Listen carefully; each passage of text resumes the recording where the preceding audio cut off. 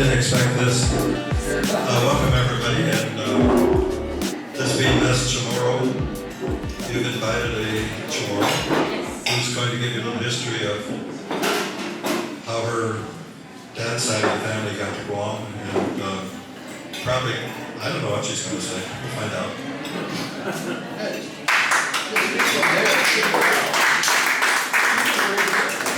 Your mom.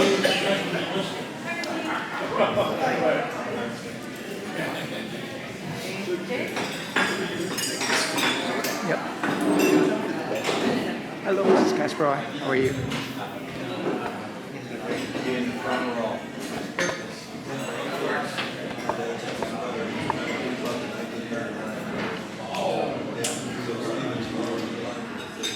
Jesus masih todo samjo. Hey, Mom. Ning kumbida jo magiginigi nenon mijo. Thank you very much for inviting me to your group to talk about part of the history of Guam. But you know, since I'm very old, really not that old, it's only 86. I'll be 87 in a few months.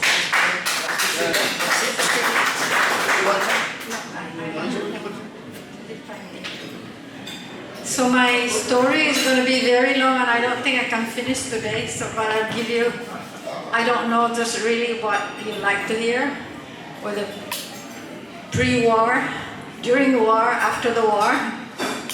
So maybe I'll start with the pre-war, if that's okay.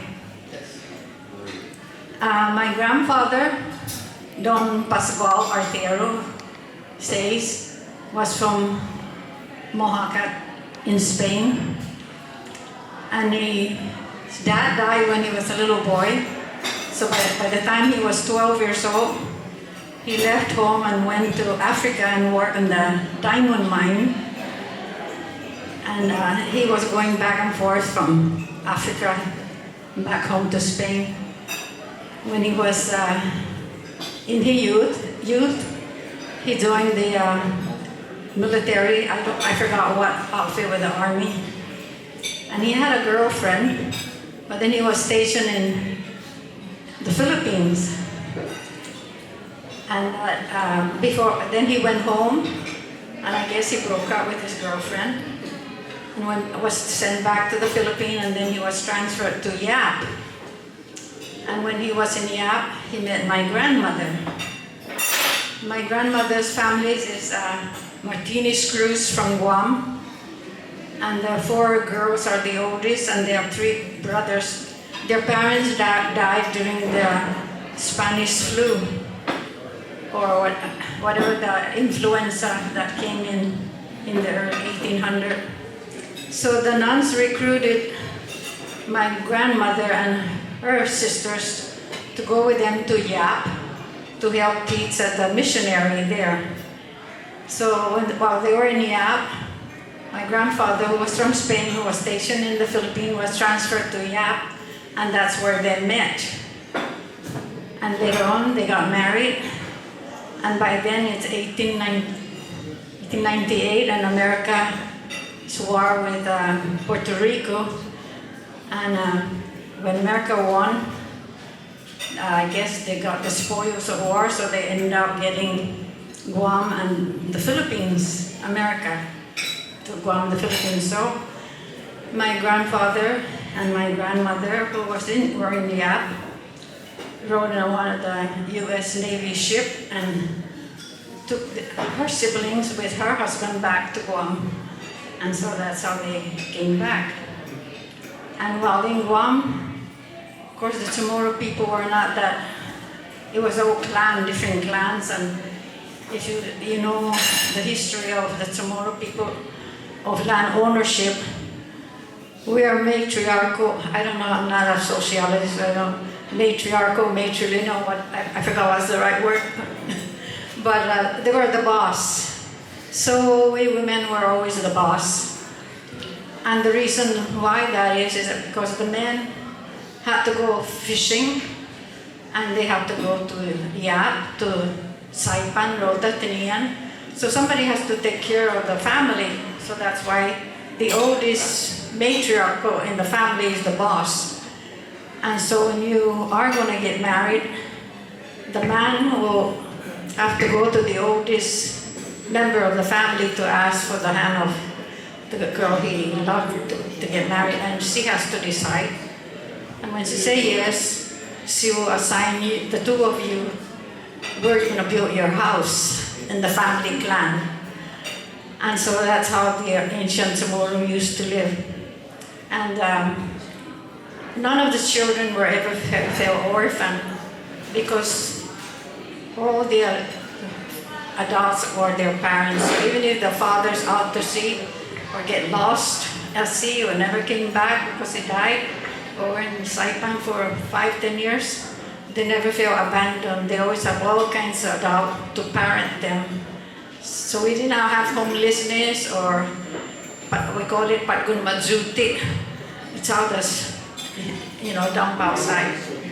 So the love and care of and nurturing is always there. And even after the war, growing up, you dare not do anything wrong, because if any adult sees you doing wrong, you're going to get it. And if you get angry and you go tell your parents, then you get it again. And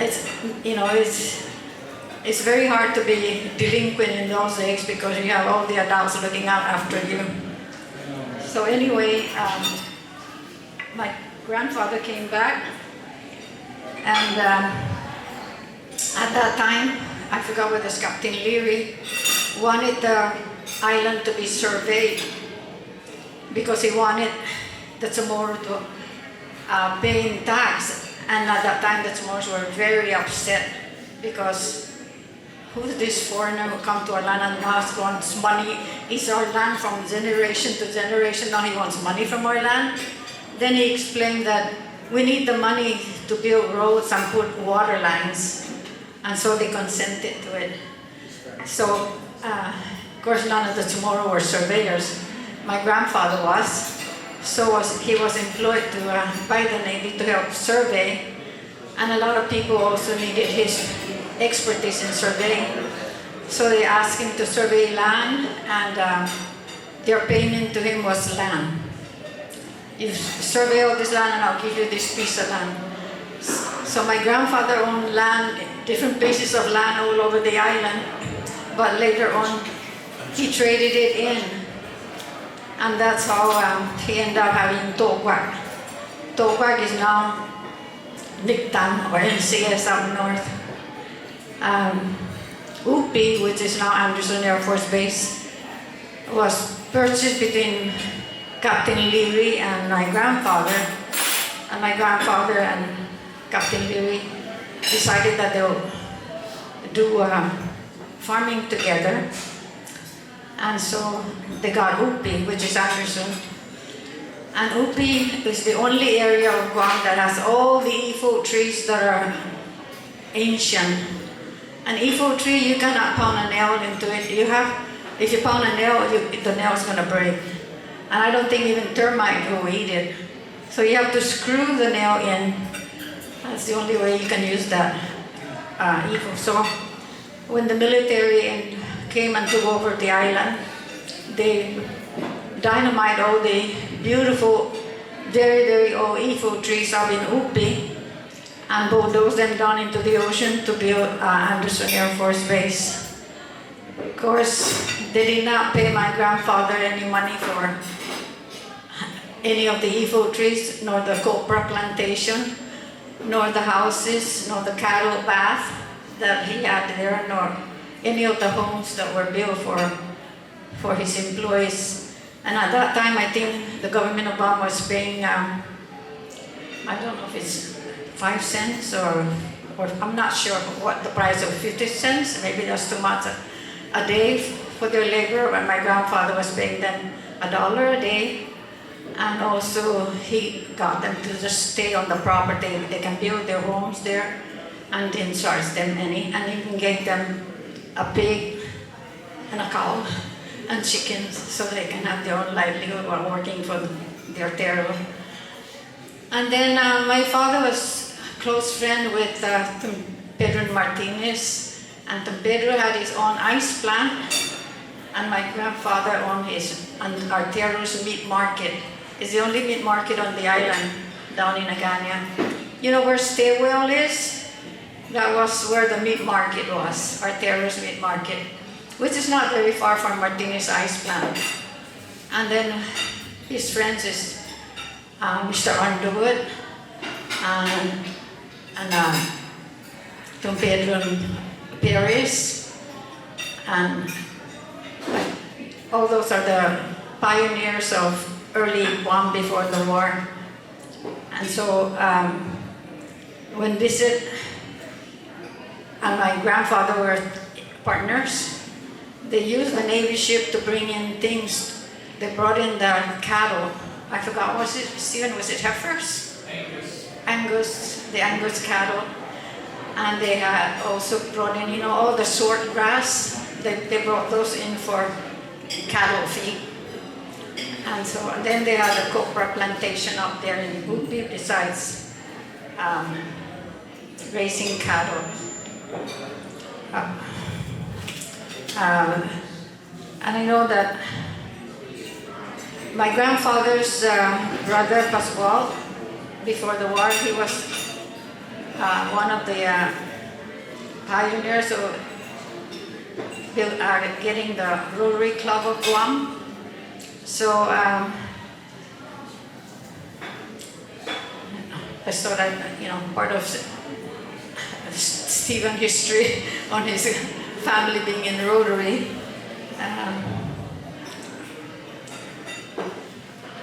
And I don't know what else to say about the Rotary, but I know that Uncle Ben was in the Rotary, and he was the one who got Larry in, and Larry got Stephen in. So, and we all appreciate a lot of the wonderful things that the Rotary Club of Guam have done for Guam and for some of the people on the outer islands. God bless you for doing all that good work. We appreciate it. So maybe that's part of the history there, but now if it's okay with you, I'll talk about the war. So, and you probably heard the song, Uncle Sam, Sam, please come back to Guam. And it said, 8th of December, 1941, people went crazy right here in Guam. Uncle Sam, Sam, my dear Uncle Sam, won't you please come back to Guam? And the Japanese were really cruel at that time with the people during the war. By the time you're 10, 11, 12 years old, they took them to work, and they tried to build the air base. And also I heard that they're digging for manganese. And the Somoro, in order to keep their humor up, they love to make songs. So one of the songs that they sang, if I can remember, it says, they were digging for manganese, so they sang it like this. Man guadot Japanese. Itempo ikera, inashone Japanese, no magana ikera. I said, the Japanese are digging for manganese. Oh, but manyoda rotten rock, but they only found rotten rocks. The Japanese thought that they would win the war. And then they called in Japanese, Ichine Sansigo, Tori Japanese Mambachigo, and it's just to lighten up their stress and fear of the Ichine Sansigo is Japanese counting 1, 2, 3, all the Japanese have slanted eyes. So, and then they start laughing, and just to get off their build up of fear over what was happening during the war. I don't know if you know Mark Forbes and Polly Eric Forbes. Their grandmother is my mom's sister. And she was very, very, very bright. She could learn language just like that. So right during the war, the Japanese wanted to recruit teachers and start getting the children into school.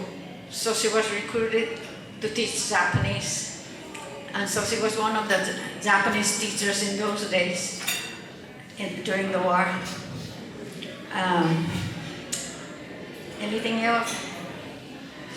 During the war, I was at a cathedral on December 8th, wearing my angel outfit, carrying a basket of petals.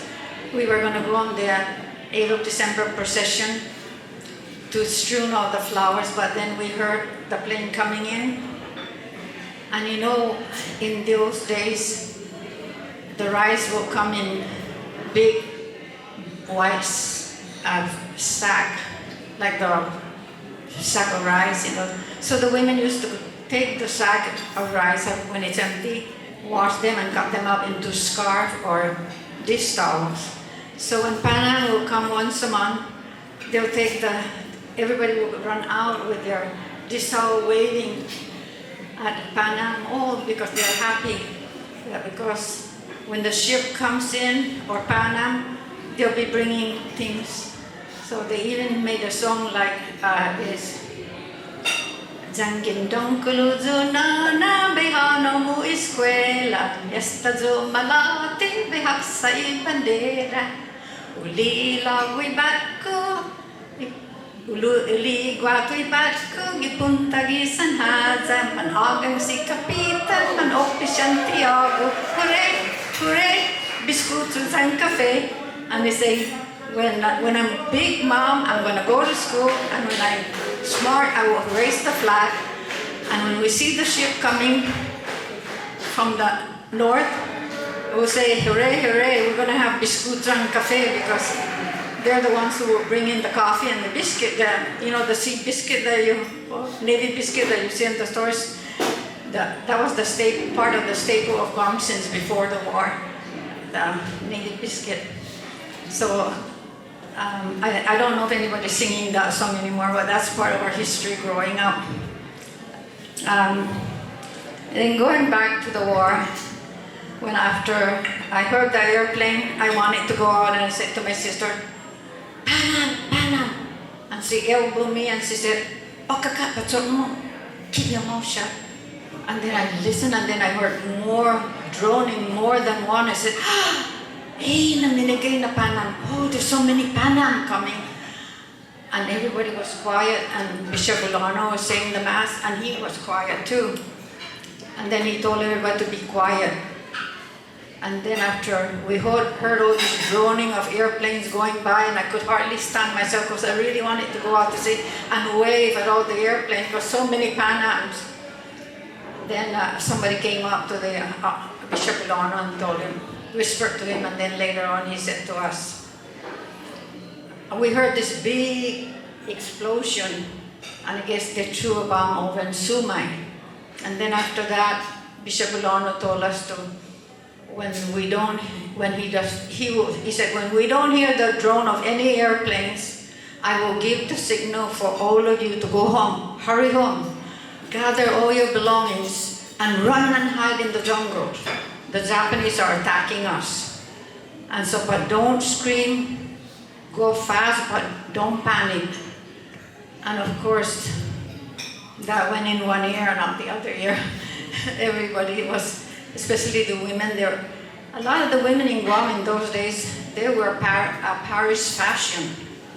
They used to go from Guam to Japan and into Europe, and that was their route to go to Europe. And they were always wearing the latest fashion from Europe. And so my sister and I and the other girls were laughing at all these women that are really dressed up in Paris fashion. They're stocking, and in those days the stockings have a line on the back, and some of the lines are all crooked, and they're holding their high heels and running and screaming. And so we had to stop and start laughing at them, because they always used so serious, and now here they look so panicky and deceivable. And then we got scared because we didn't know where to go. We didn't know which way home. I was only 6 and my sister is 7. And in the panic, everybody rushing out of the church, we didn't know where to go. But my mom's sister, Auntie Anna, and your Uncle Ben Riggs, this is one of your Rotarian, found us and took us home. And when we got home, I was angry at my dad because he already got the Ford jitney ready, full of our belongings, and my mom is in there, and our maid was in there, and my sister Virgie was only about 6 weeks old, maybe about 2 months old, and we were going someplace, and I said, I gotta go upstairs and get my clown outfit, because Auntie Anna got me to be a clown in one of her plays at my sister's school. And so I just ran out and ran upstairs, went into the dresser door and got my clown outfit and took it to go in the gym. And so my dad drove all the way up to Towpath, which is now in CS. But as we were driving, people were clamoring on our vehicle, riding on the top, riding on the side. My dad couldn't see out because they're in the hood, and he couldn't drive because people were hanging on, and he had to drive with one hand here and pulling people out so that he could drive. And so we started panicking and crying because we thought it was very, very scary to see all the, that. So we finally got into Towpath, and my dad had built a ranch house there, so that's where we stayed. And my sister Maria, who was the oldest, was my mom's right hand, and I'm second oldest, so I was my dad's right hand. So I was my dad's son at that time. Later on, toward the end of the war, thank you. Before I go there, I have to say that at times my dad and my Uncle Joe will go hunting, and one day they caught a deer, and my dad was in the front and my Uncle Joe was behind him because he's taller, and they had this deer on a stick over their shoulder, and Uncle Joe was not wearing his shirt.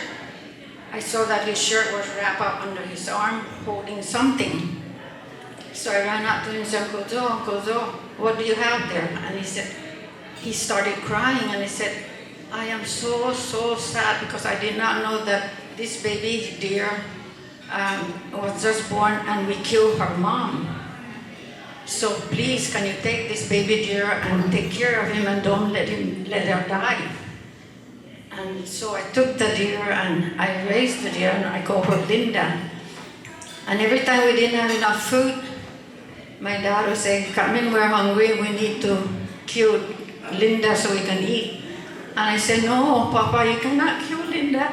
So many times at night I will sneak out and take Linda into the jungle, and I will sleep with her because I did not want my dad to kill her. And of course, this morning everybody would be looking for me, but I was hiding in the jungle with my pet deer. So then toward the end of the war, when we were going to go to Meningun, my dad was contemplating whether we should go to Meningun. At that time, the Americans were bombing Guam and coming in. So my dad was in a dilemma. He said, if we don't go, they might suspect us that we have anything to do with Tweed. And then said, if we go, maybe they're getting everybody together so that they can find us and kill us. So they were in a dilemma, so we're still packing. I'm sorry.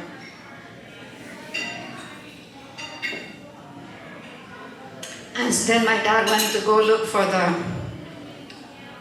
bull to hitch the bull cart to take us to Meningun. And he couldn't find the bull. Somebody untied it and was gone. So he said, I don't know how we're going to get to Meningun because there are so many little kids. My sister Maria just turned 10, and I was just going to be 9, and the youngest one is Franklin, is only a few months old. So my dad, we were getting ready to go anyway when two men came, one Japanese and one tomorrow from Guam, and said, Don, we have to take you and your family to the headquarters because the Japanese officer wanted to see you. And he said, what for? And he said, because they know that you've been providing a whole lot of food for the Japanese and they want to pay you. And my dad said, you think that I'm crazy to believe you for that kind of talk? When the Americans are bombing us, they will have a time to sit down and find out how much they owe me to pay me for all the time that I was feeding them. And they were holding their own guns on their shoulder. And our house was on steel, so I was down underneath listening. Then I remember that when the beginning of the war, the Japanese wanted everybody who owned gun to turn them in. And my dad said, I'd rather let my gun rot in the jungle than give it to the Japanese. So he hid it in a hollow tree, and I guess I'm very nosy little child, so I sneak around when he went to hide his gun, and I knew where he hid it. So every so often during the war, I would go to that tree and check whether the gun is still there. So when these two men came, saying that they wanted to take all of us to the Japanese headquarters, I remember that, and I saw their gun, then I remember my dad had a gun hidden in a hollow of a tree. So I ran under the house, went out to the jungle, took the gun, came back and gave it to my dad and said, Papa, Paki. Look, Papa, I found a gun.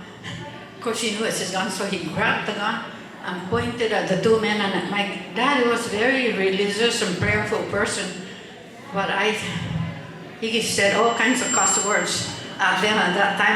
I won't even repeat it to you. I never heard any cuss word like that before. And so he said, Carmen,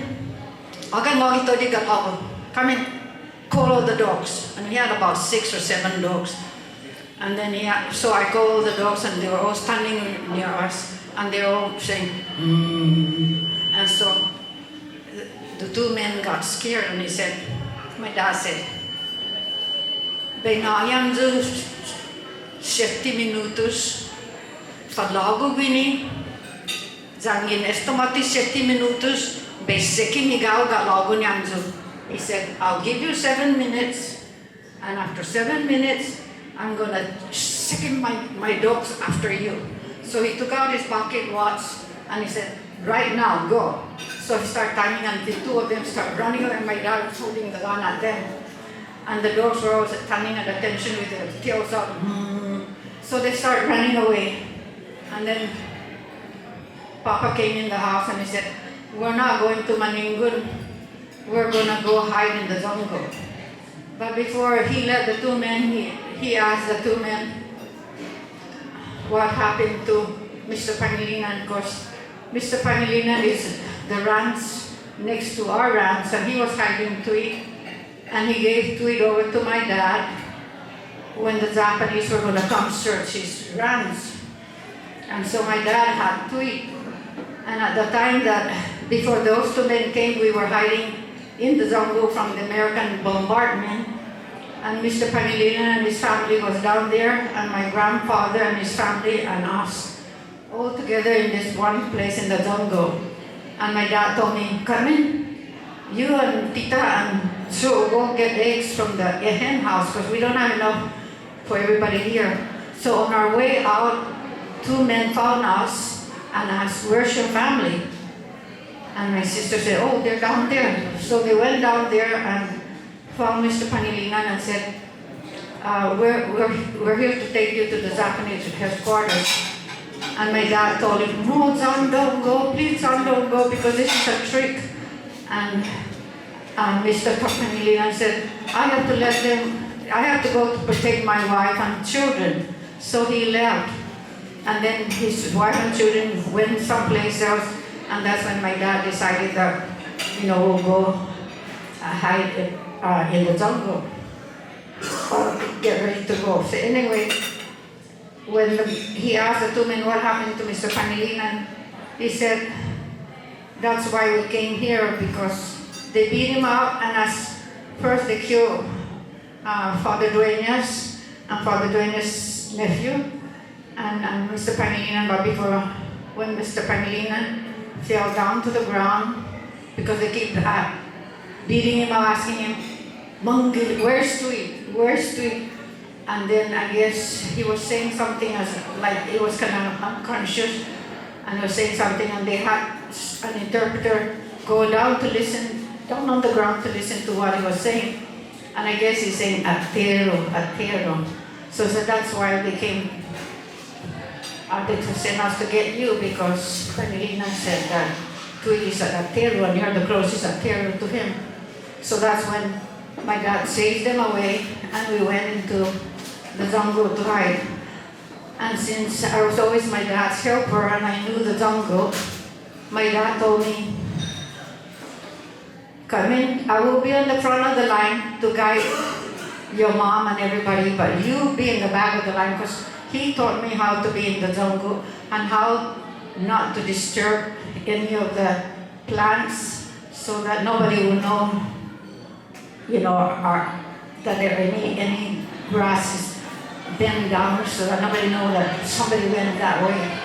And I was so scared because I was in the very last, and my bred deer was with me, and my dad kept telling me, chase your pet deer away. She cannot come with us because the Japanese will find us.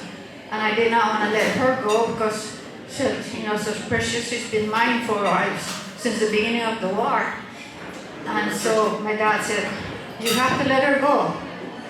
And then she won't, even though my dad cut down a twig and said, here, beat her up so she can go. And I didn't have the heart to beat her up. But I did, but she still won't go. She just looked at me, with a pitying look in her eyes. And then my dad went up to my mom and took Franklin, who was only a few months old, and he put Franklin in front of me and said, look this is your baby brother. Would you rather have your baby brother killed so that your Linda can go with us? You have to only let her go so that he can save your baby brother and your family. So and my dad got a really big stick, and I really had to beat her up, crying, go away. So finally Linda left, and then we were climbing up the cliff. My dad had to help my mom up the cliff, and my sister Maria had to go up first, and then catch Franklin, the baby, and then my mom was coming up.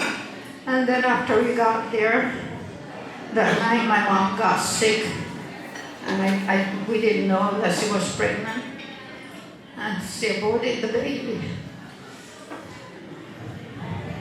And my dad had to go down we were hiding in Tweet's hideout. So my dad went down to the water. We call it bohan, like a freshwater fountain here, or coming from the ground, to get water to help my mom.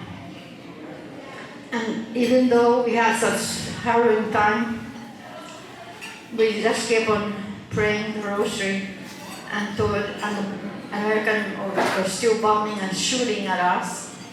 And I got tired praying, and I was sick, because I guess I was a sickly child and always had asthma. And I took a bunch of rocks and I threw it on the table, and I said, Basta doon, and I said to Milagros, I said, I'm going to stop praying because God does not want to listen to us.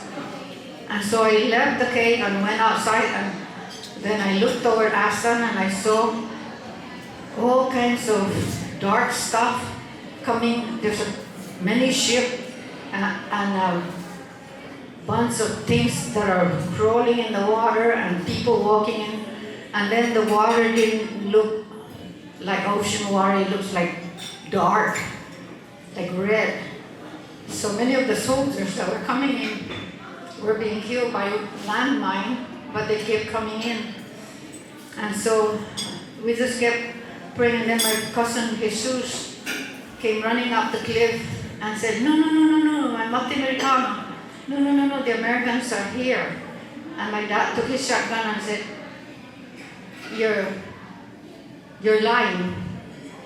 Just because the Japanese know that I was hiding Tweet, and the Japanese are here, you're trying to save your life and Papa's life and to give us over to the Japanese. And my cousin said, no, honest to God. And so I make the sign of the cross, said, honest to God. Not in English, I said, give me an Jews, you know. They're here, but I have two here. And then my dad said, he saw that there were two men behind him. Two was only 12 years old. I said, Samani no pula tiyan, of course we didn't speak English then. And so two went to the first guy said, pula, means take off. So my dad wanted to see his head. And then and he was going to shoot. But the other guy said, I think he's telling you to take off your helmet. So he took it off. And then I heard my dad say, Hungan mama, Americano. Yes, mama, they're Americano.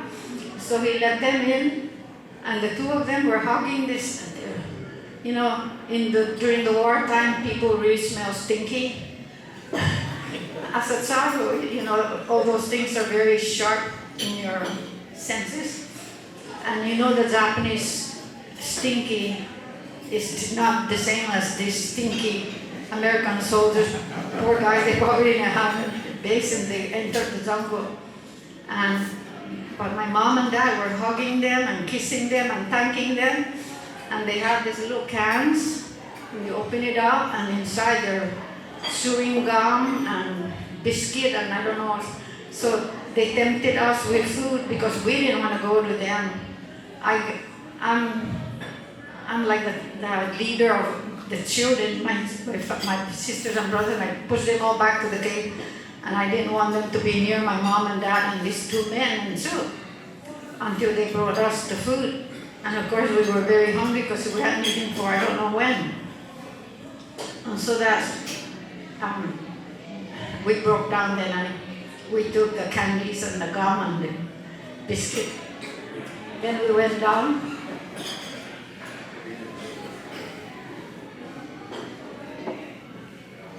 As we climbed down the cliff, they made a path, and it was very scary for, you know, a little girl, for us children.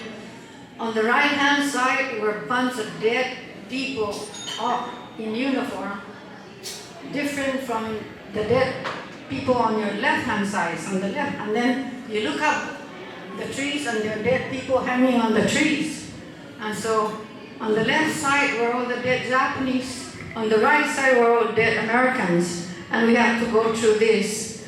And then my mom went up to one of the guys and said, talk to him in English. I did not know how to speak English in those days. And asked him something. And then my mom came running over to me, crying and hugging me and kissing me and said, Mommy, that's my pet name, Carmen is Mommy. Mommy, today is your birthday. So that was August 8, 1944. So 8th of December, we were bombed. And August 8, 1944, we were rescued. And we got out of there, and I was really sick. I was running a fever, and because I was a sickly child with asthma. And so we were taken over to Pigo Cemetery, where they built a Bradley camp. Remember that? That's Bradley camp. And so we were put in the tent there. But because I was sick, I was taken away from the camp, from the family, and was put in the infirmary tent. And I got really scared because the woman on my right was bleeding and screaming, and the man on my left, on the left, was coughing and bleeding, coughing up blood. And I got really scared, and I didn't want to be there, so I snuck out of there. I found a hole on the tent, and I left that tent, and I went. Then it was, I don't know, 8 o'clock at night or 9 o'clock at night, looking for my family. And I went every corner of every tent listening for my mom's voice. And then I finally found my mom's voice, and somebody was talking to her, not in our language, but English, and I didn't know. But I heard my mom say, "Ay, lupi pagano, ay, lupi pagano." And he said, "Oh my God, oh my God." And I know that they were talking about me. So I got out from the bottom of that tent and went in. And I said, "Mom, Mom, I'm right here. And that's how I ended up getting there. So anyway, that's the story of the war. And I think I talked too long already. No? It's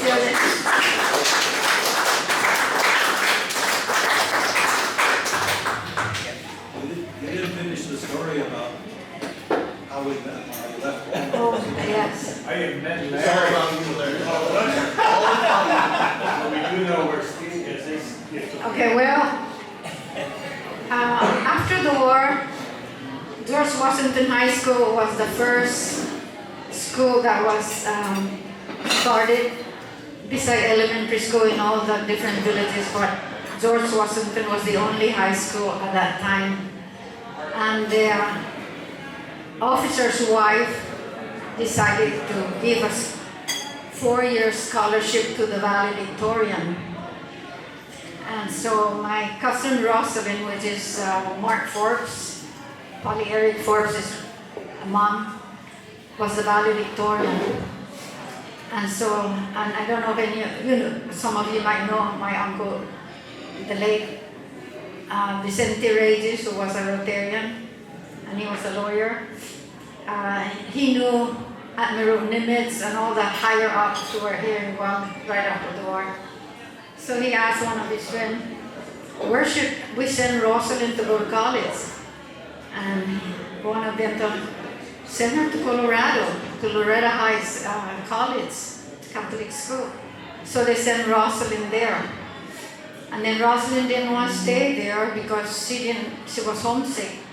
So my aunties and uncle asked my mom and dad, "Can you send Maria over there so that she will be close to Rosalind?" And then so the next year Maria was left, and then the following year I left to join Maria in the high school while Rosalind was in college. And then after graduating there. What about your trip between Guam and Hawaii going to school? Oh. My first trip to America, this is part of it, when my parents sent me, there was a Pan Am airplane that crashed before I left, and I'm sure you know about that one, and it took some of our relatives and Terry Science family was someone in that died. But at the last minute, my dad and mom decided, okay, we're going to save Carmen on this plane. But there was no more seat available on the economy side. There's only one seat left in the first class. So I went first class. And so we were sitting there with Alfred Alcantara, and I forgot who the others, and I said, after we were like 3 hours out of Guam, I saw one of the engine was sparking fire. So I called in those days they called them stewardess. I said, "Now, how come there's fire coming out in this one, but the others are not in fire?" So she turned white and went and told the captain. And then later on, it got more fire coming out. So I guess they shut that engine off. But then another one went on fire. And then I had to tell her again that the other one now is on fire. I think there are 4 of them. And so that was shut down too. Then I went to sit with Alfred on the other side. And I said, "Hey, Alfred, your engine is on fire also over here." So they told the captain that this too is on fire, so they shut that down too also. And then the captain told us that he had to lower the plane's altitude because we don't have enough engine to go on that high altitude. And then I said, "Alfred, now you got 2 on fire just like ours on the other side." So we called the attendant, the stewardess, and told her the same, and went and told the captain. Then later on they told us, they demonstrated how to put on your vest So we had to wear our, emergency vest.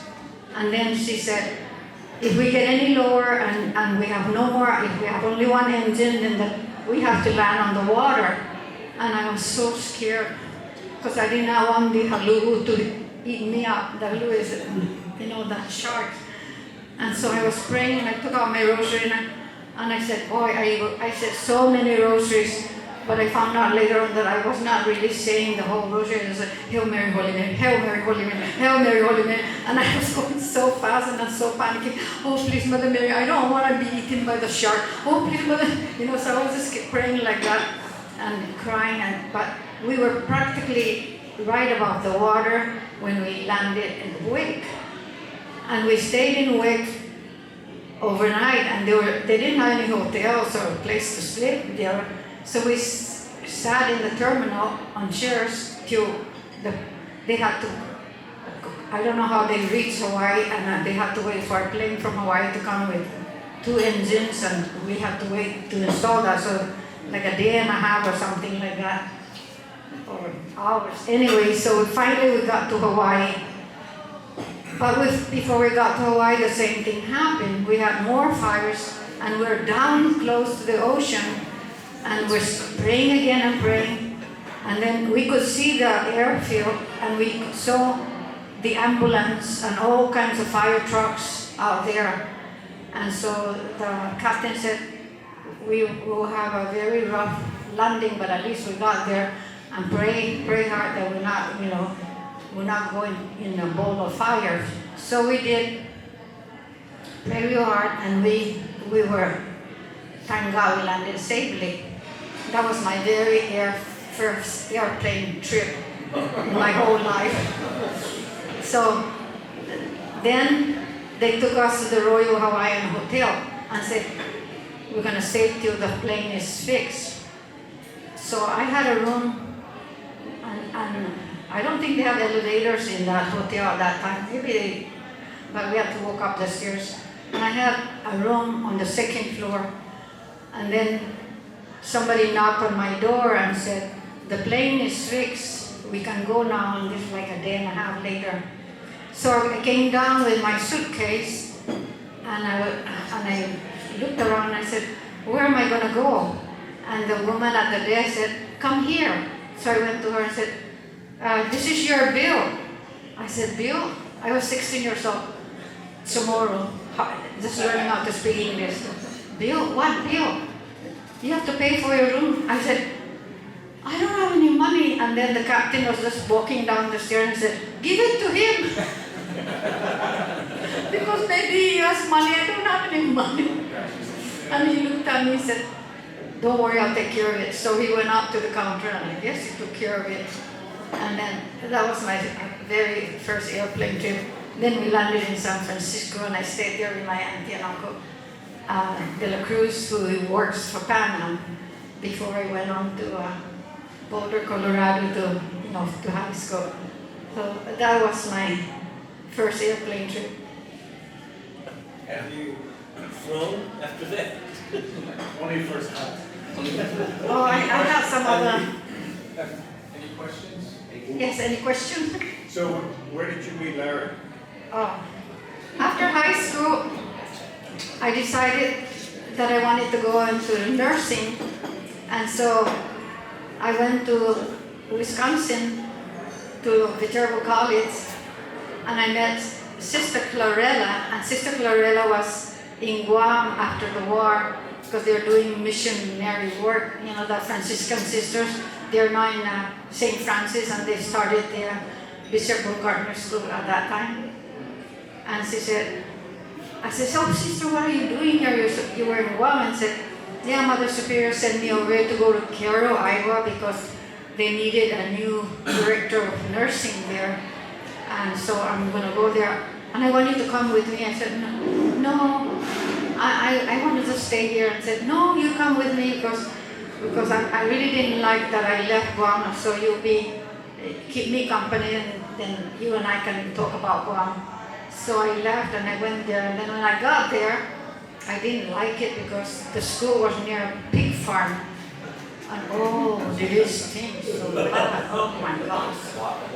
And you know what she said? I said, sister, why you treat me that make me come here? I don't like this because it smells so bad. She said, oh, Carmen, just smell, take a deep breath and go, that's a deep smell of success. And I wanted to punch her. So, and then they told me that I'm going to have a roommate. And I said, no, I don't want a roommate. I want to be just by a room by myself. I said, oh no, you would like her. She's older. She's not like the young high school going into nursing. She's older. She's already been out of high school and she's been working in the bank, save enough money so that she can put herself to nursing school. And she will be a good roommate for you. And so I met her, and her name was Carmen Kasperbauer. And she was really very beautiful. And she was very, very nice, and she was very smart. So I knew about Marian, and then she said, on weekend, Carmen, you want to come home with me, but we live on a farm. We don't have any running water. I said, oh, that's okay. We didn't have running water either during the war. So I know about no running water and outdoor toilet. So I went with her. So every weekend, freshman year, I was at their farm. And then one day, years later, about 2.5 to almost 3 years later, toward the end, she said, Carmen, you're not coming home with me this weekend because my boyfriend, Fred, is coming home and we're going out on a date. I said, I don't care. You can go on your date. I just want to stay home with your mom and dad and your brothers and sisters because I'm really homesick for my large family in Guam. And I don't want to keep staying in an institution. I said, no, Carmen, because I know my mom will not let me go out if you come. And I keep arguing with her. Then said, she was so angry and she stomped her feet and said, you're not coming. You hear me? You're not coming. So I just be quiet. So while she was taking her shower, I packed my suitcase and I went up to the mother, the house mother, and I said, Miss Nolan, when you see Marian's dad come, let me know so that I can go out before Marian, and don't tell Marian. So when Marian's dad came, she called me, taught him how to dance, and had a good time, and that's how I met Larry. Beautiful. And then I said after he graduated and I graduated, we got married and went to Iowa State for him to work on his master's. And I said, just stay and do your PhD. We can do it. And lo and behold, we got pregnant with twins. And that goes my nursing days. But I said, we could still do it. And so he stayed on, and then later on, he was assigned he got a job at Canisius College in Buffalo, New York. Well, he's still trying to finish up his PhD. And then he was asked by University College of Guam if he would like to come and teach at the college. And he was, of course, happy, and of course I was happy. That means I could come home. So he accepted the job, and then we came home. We came in 1967. Teresa was 2 years old. Stephen, I think you were 3 or 4.